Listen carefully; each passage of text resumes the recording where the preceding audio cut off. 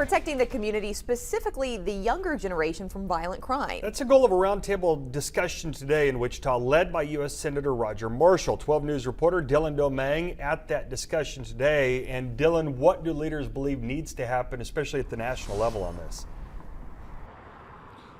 Well, crime prevention is not a new conversation between law enforcement and lawmakers, but in recent years, those talks have focused specifically on the younger generation. Now, today, Senator Roger Marshall did meet with city and county leaders about what more still needs to be done to better protect the youth.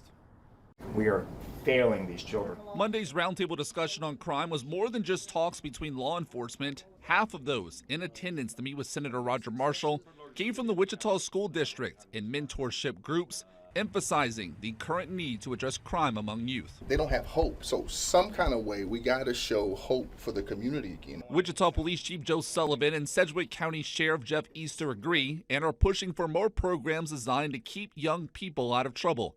WPD says most of the violent crime cases they work are tied to drug use. Overall, violent crime is down in Wichita, but it's still far too high. I think a lot of that is a reflection of drug trafficking. What I can do to slow down the drug trafficking, and it starts with securing the southern border. Others advocated for more resources to be available for drug addicts and more mentors for youth starting as young as middle school.